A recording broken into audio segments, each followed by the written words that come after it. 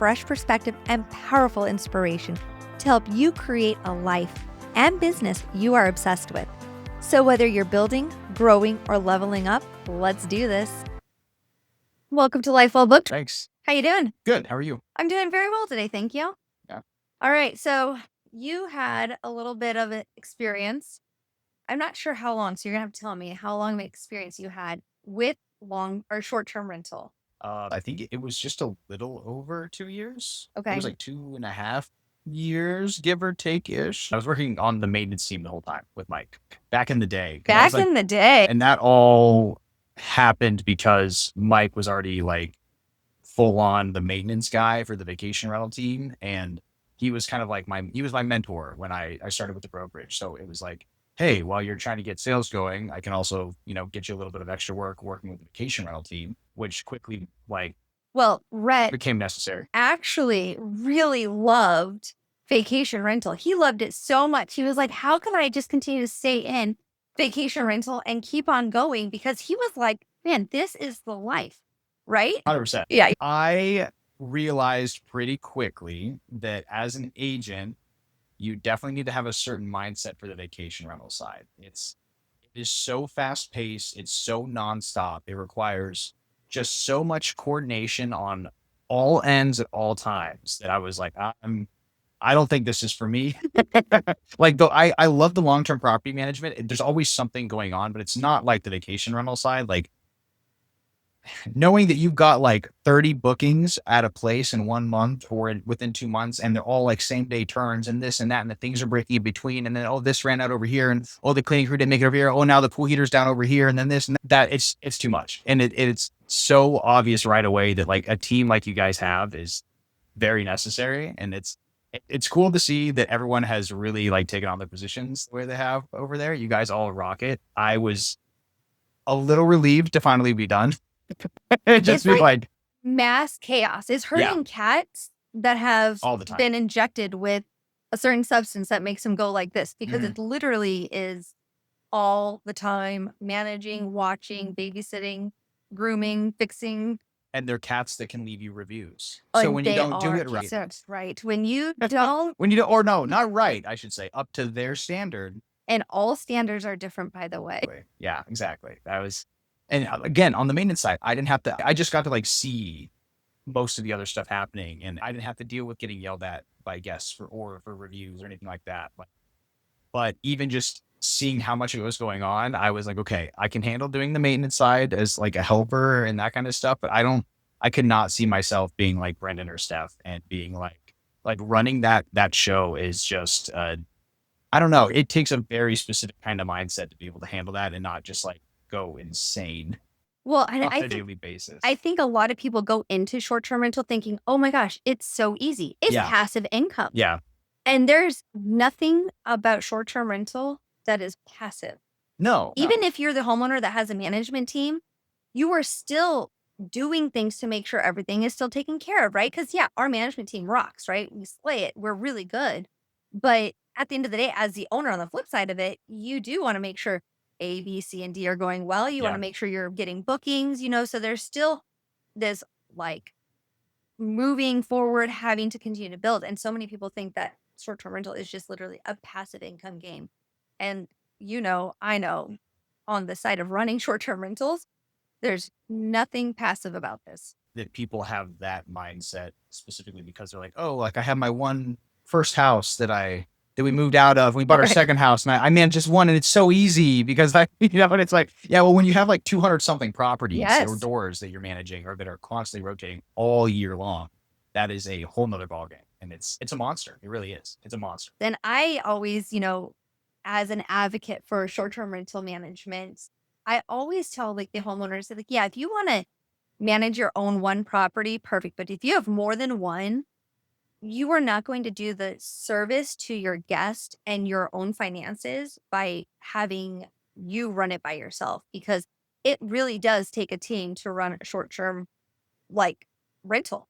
Well, I mean, most owners don't, no matter how gung-ho they are about it, they don't want to be taking calls at 2 a.m. about toilet paper running out and stuff like that, so. Or the conversation that I had last night about the pool that's not dirty in the pool that has the robot in it, which is just the cleaner at the bottom of the pool, and try to explain that the pool next door looks different because the pool interior, like the surface of the bottom of the pool, is bright white, Yeah. and the surface of this pool is pebble tech with gray Yeah. and blue, and there's no comparison. Okay, fine. I give her benefit of the doubt. The 20 leaves that were in the pool are non-swimmable. It just like the pool was non-swimmable. And so I'm like trying to like break these barriers down in a very kind manner at Yeah. 7 o'clock at night Yep. with the utmost amount of patience possible because I'm like, man, because I worked all day, Yeah.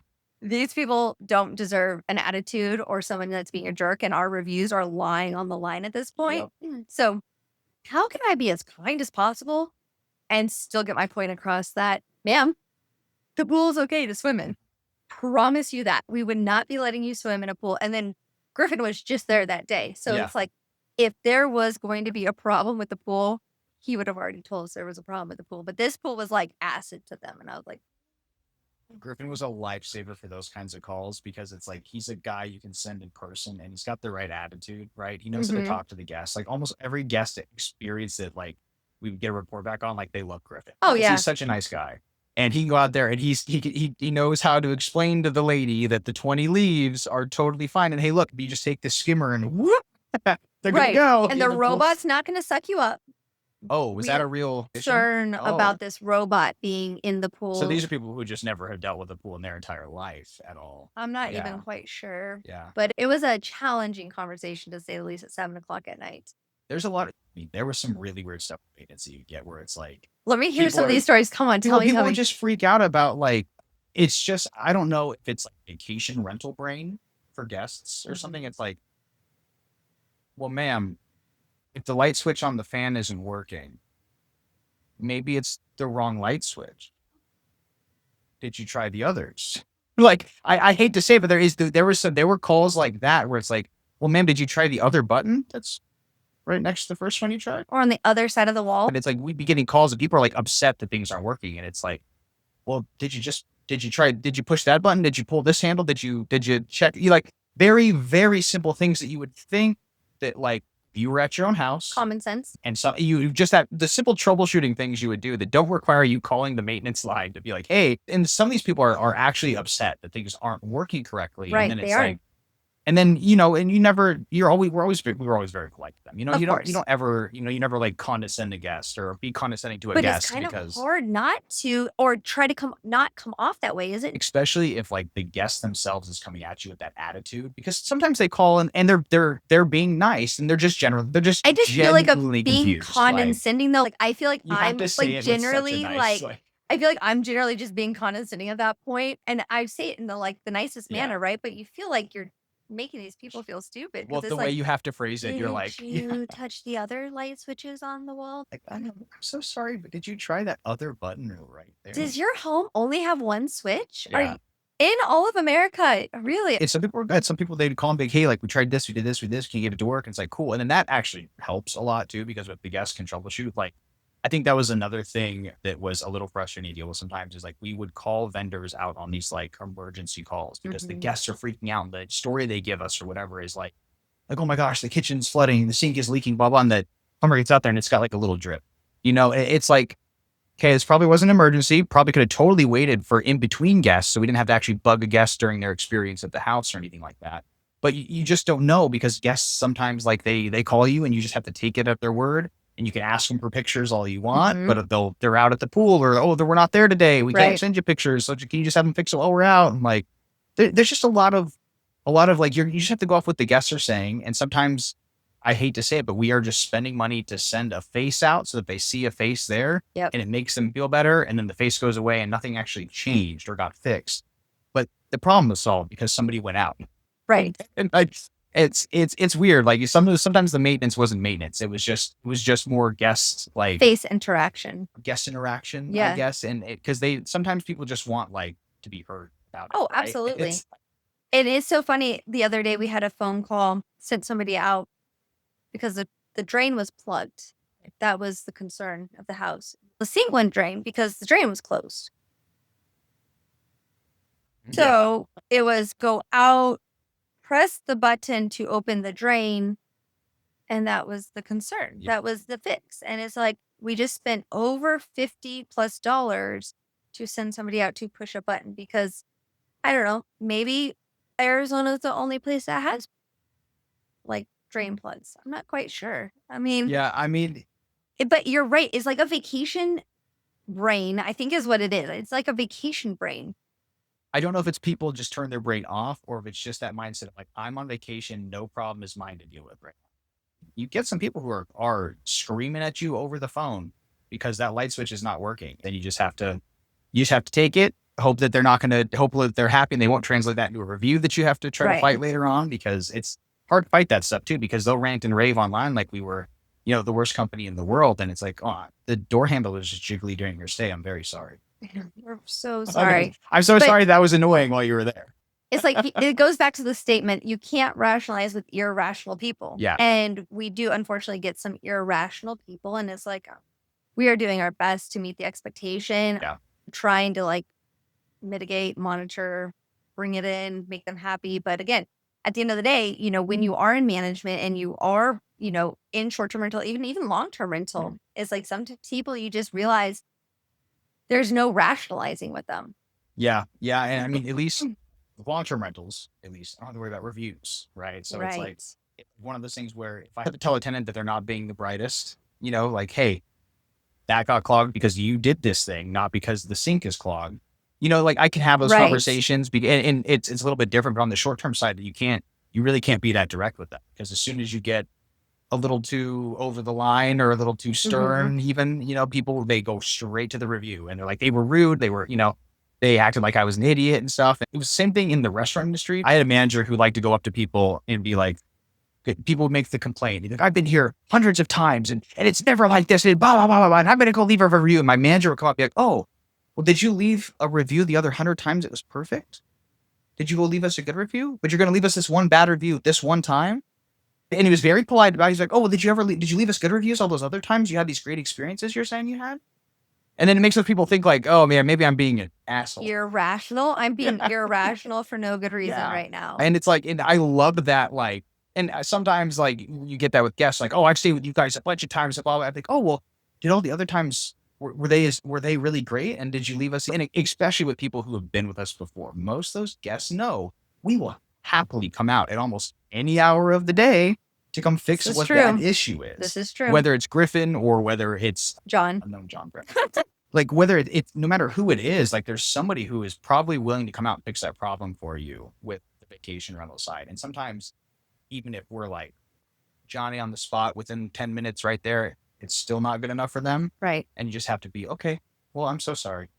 You just Well, be like at the end of the day, better next time. you have to just be thankful that you're not either with that person or married to that person. Yeah. So Yeah. it gives you a little bit of perspective and gratitude for the people in your lives as well, does it not? Yeah. Because we've had some raging women and raging men, and it's like, oof, if that's how you're gonna treat me over something very minuscule, and they're upset about that 100%. I get that. I would be mad too, Yeah. I right? mean, anybody would. But if we're mad because something happened during the stay that was literally out of our control, homes break, things happen. It's like now we are going to always try to help or fix or add something to, like if ice makers go down. Yeah. Okay, we have the counter ice makers, if ACs go down, because we know those go down in the Yeah. summertime.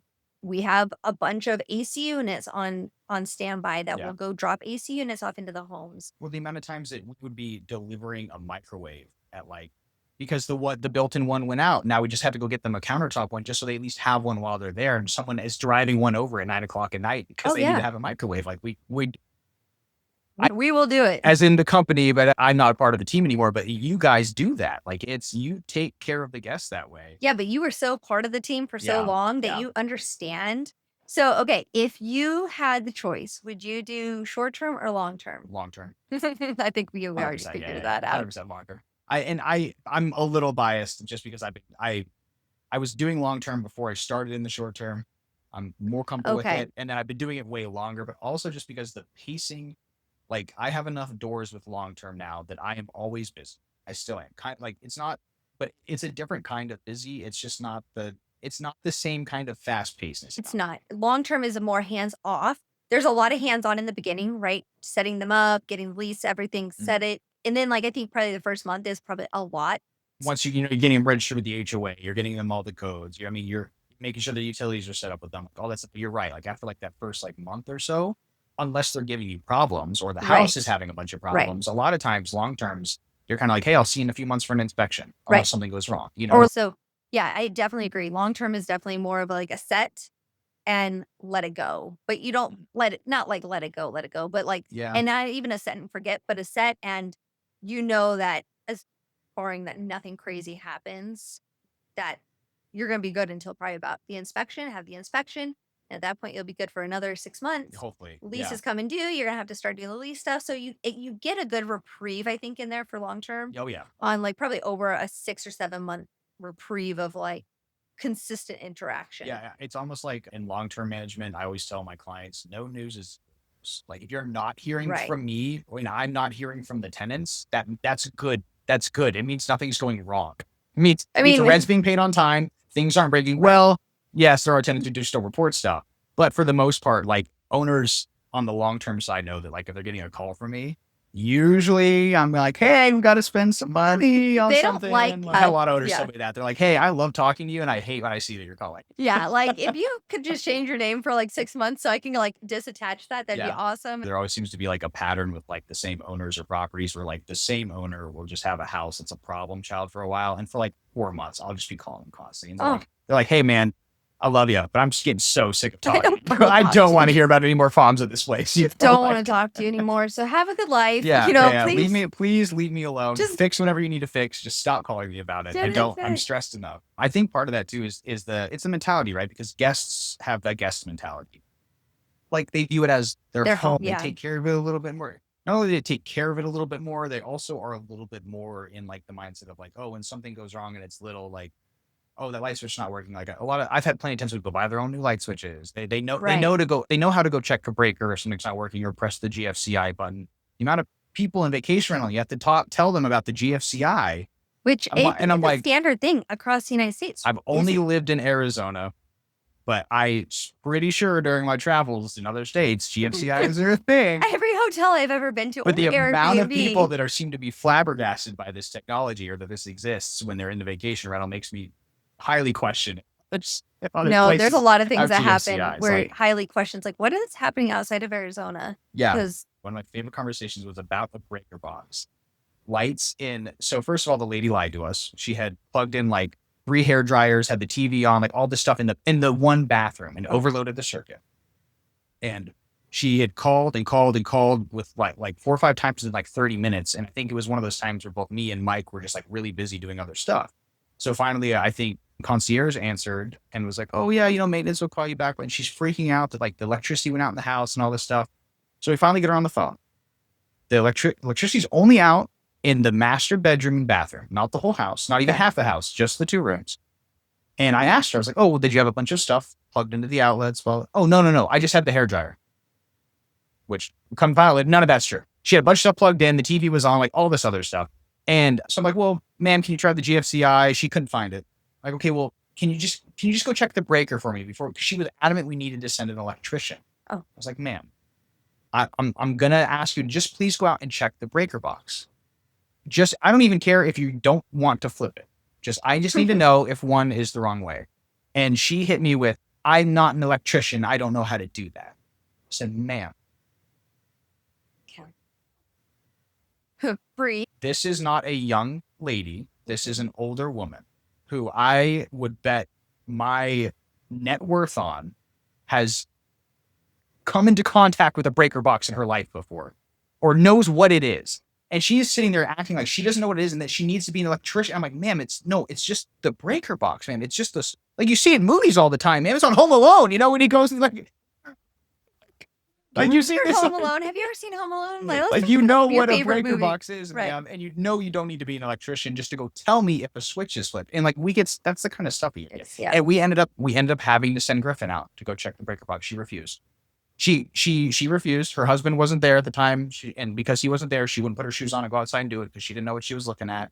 We had to send Griffin to go check a breaker box. And it was all he had to do was flip the switch. The things came back on. And when he was there, he verified, oh yeah, she's got like 8 things plugged into these outlets in the bathroom and the TV was on. Like as soon as the electricity came back on, all the stuff came back on. He's Oh, like, yeah. oh yeah, this is why it was overloaded.